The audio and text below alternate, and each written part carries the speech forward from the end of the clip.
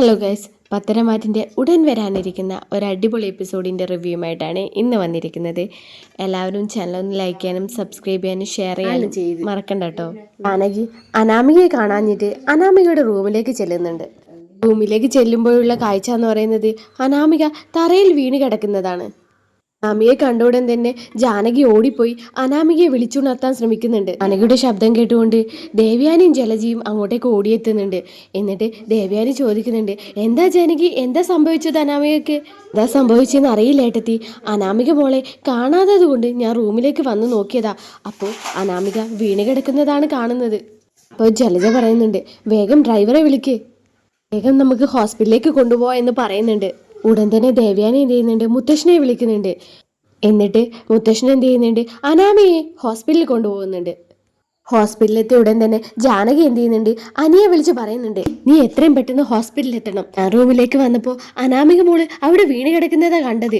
എന്നിട്ട് ഞങ്ങൾ എല്ലാവരും കൂടി അവളെ ഹോസ്പിറ്റലിൽ കൊണ്ടുവന്നിട്ടാ ഉള്ളത്. ഞാൻ വരുമ്പോൾ അവൾക്കൊരു കുഴപ്പമില്ലായിരുന്നല്ലോ, ഇപ്പം എന്താ പെട്ടെന്ന് പറ്റിയത്?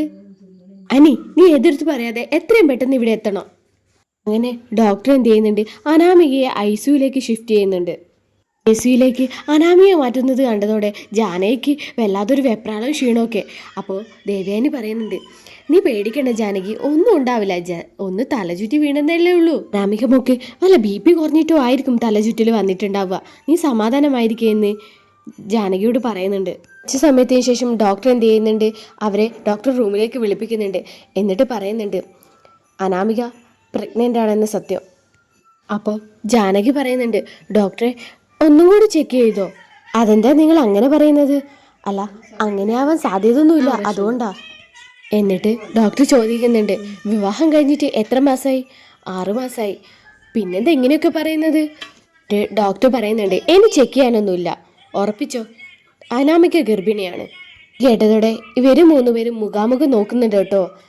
എഴുതി തന്ന മരുന്ന് കൃത്യമായി കൊടുക്കണം, അധികം പണിയൊന്നും എടുപ്പിക്കണ്ട കേട്ടോ എന്നും പറഞ്ഞ് ഡോക്ടർ കുറച്ച് മരുന്നൊക്കെ എഴുതി കൊടുക്കുന്നുണ്ട്. അതും വാങ്ങി പുറത്തേക്ക് വന്നതിന് ശേഷം ജലജ പറയുന്നുണ്ട്, എന്താ ജാനകി കേൾക്കുന്നത്? എന്താ ഇത് ശരിക്കും അനിയുടെ കുട്ടി തന്നെയാണോ? എന്താ ജലജ നീ പറയുന്നത്? അനിയുടെ കുട്ടിയല്ലാതെ ചിലപ്പോൾ അവരൊരു റൂമിലല്ലേ താമസിക്കുന്നത്, അങ്ങനെയൊക്കെ സംഭവിക്കാലോ. എന്നിട്ട് ഒന്നും അറിയാതെ പോലെ രണ്ടുപേരും അഭിനയിച്ച് നടക്കുന്നതായിരിക്കും നമ്മൾ മുമ്പിൽ ശത്രുക്കളെ പോലെ. ഇങ്ങനെയൊക്കെ ജാനകി പറയുന്നുണ്ടെങ്കിലും ദേവയാനിയുടെ മനസ്സിൽ അത്ര വിശ്വാസമില്ല കേട്ടോ. കാരണം അനി പറഞ്ഞിട്ടുണ്ട് ദേവയാനിയോട്, അനാമികയായിട്ട് തനിക്ക് യാതൊരു വിധത്തിലുള്ള ബന്ധവും ഇല്ലാന്നില്ല സത്യം. ജലജയ്ക്കുള്ള അതേ സംശയം തന്നെ ദേവയാനിക്കും തോന്നിയിട്ടുണ്ട്, സത്യത്തിൽ ഇത് അനിയുടെ കുഞ്ഞ് തന്നെയാണോന്ന്. പിന്നീട് കുറച്ച് കഴിഞ്ഞേരം അനാമികയെ റൂമിലേക്ക് മാറ്റുന്നുണ്ട്. ഈ സമയത്ത് ജാനകിയും ജലജിയും ദേവയാനിയും അനാമികയെ കാണാൻ വേണ്ടി പോകുന്നുണ്ട്. ജാനകിയെ കണ്ട ഉടൻ തന്നെ അനാമിക ചോദിക്കുന്നുണ്ട്, എന്താ അമ്മേ, എന്താ എനിക്ക് പറ്റിയത്? രാവിലെ എഴുന്നേറ്റ ഉടൻ തന്നെ എനിക്കെന്തോ വല്ലാതെ ക്ഷീണമൊക്കെ തോന്നി, പിന്നെ എനിക്കൊന്നും ഓർമ്മയില്ല. മോളൊന്നും കൊണ്ടും പേടിക്കണ്ട, മോള് ഹോസ്പിറ്റലാ. രാവിലെ തന്നെ മോളെ റൂമിലേക്ക് ഞാൻ വന്നപ്പോൾ മോൾ അവിടെ തറയിൽ വീണ് കിടക്കുന്നതാ കണ്ടത്. അപ്പൊ തന്നെ ഹോസ്പിറ്റലിലേക്ക് കൊണ്ടുവരികയായിരുന്നു കേട്ടോ. മോള് ടെൻഷൻ അടിക്കൊന്നും വേണ്ട, മോൾക്ക് സന്തോഷമുള്ള ഒരു വാർത്തയാ പറയാൻ പോകുന്നത്, മോള് പ്രഗ്നന്റാ. ഇത് കേട്ടതോടെ അനാമിക ഒന്ന് ഞെട്ടുന്നുണ്ട് കേട്ടോ.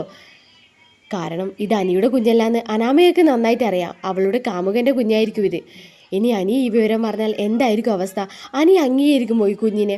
അനന്തപുരിയിൽ ഇനി പുതിയ പ്രശ്നങ്ങൾക്ക് തുടക്കം കുറിക്കുമോ? തുടർന്നുള്ള എപ്പിസോഡുകൾക്കായി ഈ ചാനൽ ഒന്ന് സബ്സ്ക്രൈബ് ചെയ്ത് വെക്കുക.